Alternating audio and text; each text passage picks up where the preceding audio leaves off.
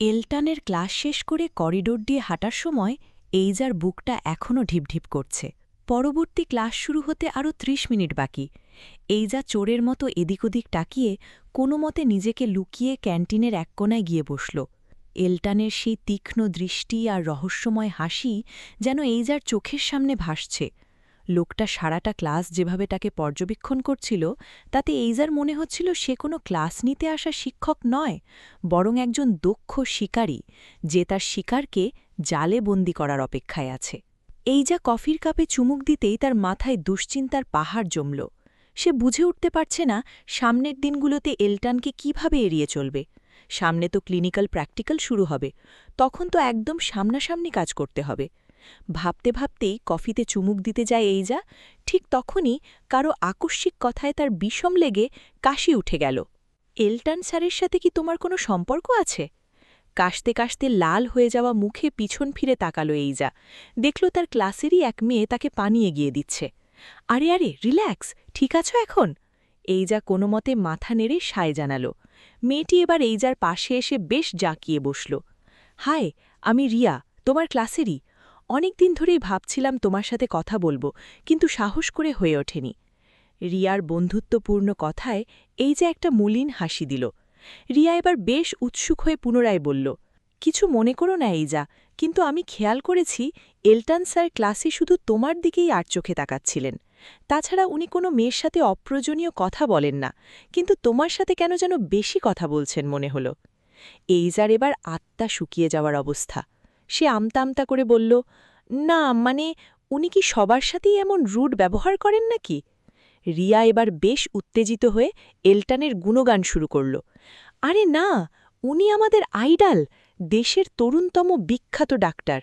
ওনার জন্যই তো আমার এই ডাক্তারি পেশার প্রতি ভালোবাসা জন্মেছে। উনি শুধু সুদর্শনই নন, ওনার আইকিউ লেভেল অবিশ্বাস্য। এইজা রিয়ার মুখে এত এলটানের প্রশংসা শুনে বিরক্তিকর একটা ফেস বানিয়ে রাখল। মনে মনে ভাবল, আইকিউ দিয়ে কি হবে, লোকটা তো আস্ত একটা শয়তান। বিরক্ত হয়ে সে বলে বসল, এই দেখো রিয়া, ওই লোকটার বেশি গুণগান করো না তো, ওনাকে আমার থেকে ভালো আর কেউ চেনে না। বলা মাত্রই এইজার মনে হল সে বড় কোনো ভুল করে ফেলেছে। আর ঠিক তখনই পেছন থেকে সেই পরিচিত গম্ভীর পুরুষালী কণ্ঠস্বর ভেসে এলো, তাই নাকি? তা আমিও একটু শুনতে চাই। বলবেন কি মিস এইজা, আমি কেমন মানুষ তা নিয়ে আপনার গবেষণা কতদূর? বজ্রাহতর মতো স্থির হয়ে গেল এইজা। একেই বলে, যেখানে বাঘের ভয় সেখানেই সন্ধ্যা হয়। এলটান পকেটে হাত দিয়ে দাঁড়িয়ে আছে। তার চশমার কাঁচের আড়াল থেকে বাদামি চোখ দুটো যেন আগুন ঝরাচ্ছে। রিয়া ভয়ে দ্রুত সেখান থেকে কেটে পড়ল। আমার সাথে আমার কেবিনে চলুন। এলটানের কণ্ঠস্বরে কোনো আবেদন নেই, বরং পরিষ্কার আদেশ। এলটানের চেম্বারে ঢুকতেই সে সশ্রদ্ধে দরজাটা লাগিয়ে দিল। দরজার সেই আওয়াজে এইজা কেঁপে উঠল। এলটান তার একদম কাছাকাছি এসে দাঁড়াল। এইজা নিজেকে দেয়ালের সাথে মিশিয়ে নিল। তা কি যেন বলছিলেন? আপনার থেকে ভালো নাকি আমাকে আর কেউ চেনে না? কিন্তু আমার জানা মতে তো আপনি আমাকে চেনেনই না, তাই না, স্মৃতিশক্তি হারানো মিসেস এইজা? এলটান মিসেস শব্দটা বেশ টেনে টেনে উচ্চারণ করল। তার গলার কাছের পারফিউমের কড়া ঘ্রাণে এইজার মাথা ঝিমঝিম করছে। এইজা নিজেকে সামলে নিয়ে একটু রাগী স্বরে বলল, স্যার, এভাবে একটা মেয়ের এত কাছে আসতে আপনার লজ্জা করে না? দূরে যান বলছি, কেউ দেখলে কি ভাববে? এলটান এবার বাঁকা হাসল। কেউ দেখলে ভাববে একজন লেকচারার তার ফাঁকিবাজ স্টুডেন্টকে শাসন করছে। এনিওয়ে, ড্রামা কুইন, আমার এখন একটা ইমার্জেন্সি পেশেন্ট দেখতে হবে, আমার সাথে চলো। কিন্তু আমি কেন আপনার সাথে যাব? এইজার প্রশ্নে এলটান পুনরায় এইজার কাছাকাছি আসতে গেলে এইজা পিছিয়ে যায়। কারণ আমি বলছি তাই। Any problem? এইজা তাড়াতাড়ি মাথা নেড়ে না বোঝায়। পুরো 2 ঘণ্টা ধরে এলটান এইজাকে দিয়ে তার চেম্বারের ফাইল গোছানো, রিপোর্ট সাজানো আর নোট নেওয়ার কাজ করালো। এলটান নিজে আরাম করে চেয়ারে বসে কফি খাচ্ছিল আর এইজাকে খাটুনি দিচ্ছিল। স্যার, এটা কিন্তু একদমই ঠিক হচ্ছে না। আপনি একজন স্টুডেন্টকে দিয়ে ব্যক্তিগত কাজ করাচ্ছেন। এইজা প্রায় কাঁদতে কাঁদতে বলল। এলটান কফিতে শেষ চুমুক দিয়ে বলল, আমি তো তোমার চিকিৎসা করছি। অতিরিক্ত কাজ করলে মস্তিষ্কের স্নায়ু সচল হয়, এতে হারানো স্মৃতি দ্রুত ফিরে আসে, বুঝেছ? আমি কি আপনাকে একবারও বলেছি আমার স্মৃতিশক্তি হারিয়ে গেছে বা প্লিজ আমার স্মৃতিশক্তি ফেরাতে আমাকে সাহায্য করুন? রেগে বলে এইজা। এলটান বাঁকা হাসে। আমাকে বলার প্রয়োজন হয় না, একজন ডাক্তার এমনিতেই সব বুঝে যায়, বিড়বিড় করে এলটানকে ভেঙিয়ে বলে এইজা। এলটান এইজার অগোচরে পুনরায় বাঁকা হাসে।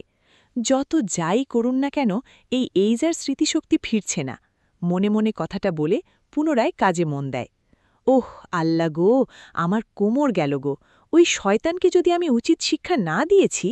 সারা এবার আর হাসি আটকে রাখতে পারে না। এইজার কোমরে পানির সেক দিতে দিতেই জোরে হেসে উঠে বলে, তোমার ওই এলটান স্যার আর তুমি জাস্ট আ নাইস কম্বিনেশন। কথাটা বলে হাসতে হাসতে বিছানায় গড়াগড়ি খায়। এইজা কপাল কুঁচকে সারার দিকে তাকায়। খুব কম সময়েই তার সাথে সারার ভালো বন্ধুত্ব হয়। ওই লোকটার নামও নিবে না। সারা এবার কোনো রকম হাসি থামায়। হঠাৎই এইজার ফোনে একটা মেসেজ আসে।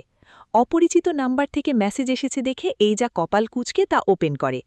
কাল সকাল ৮টার মধ্যে পুরো অ্যানাটমি নোটস আমার টেবিলে থাকা চাই।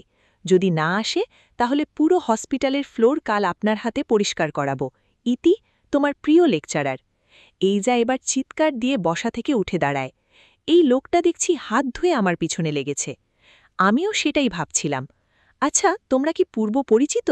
সারার প্রশ্নে এইজার খালি গলায় কাশি চলে আসে। আরে না, পূর্ব পরিচিত কিভাবে হবে? এমনি। কথাটা বলে সারার দিকে তাকিয়ে একটা ফেক হাসি দেয়। সারাও বিনিময়ে হাসে।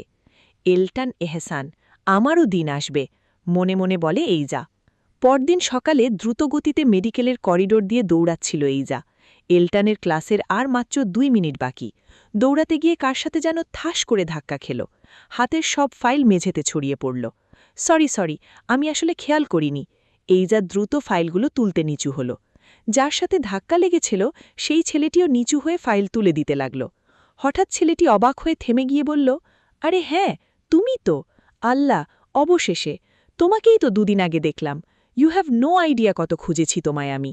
সামনে থাকা ব্যক্তিটির মুখে এমন কথা শুনে এইজা কপাল কুঁচকায়। Hi, it's me Rudra.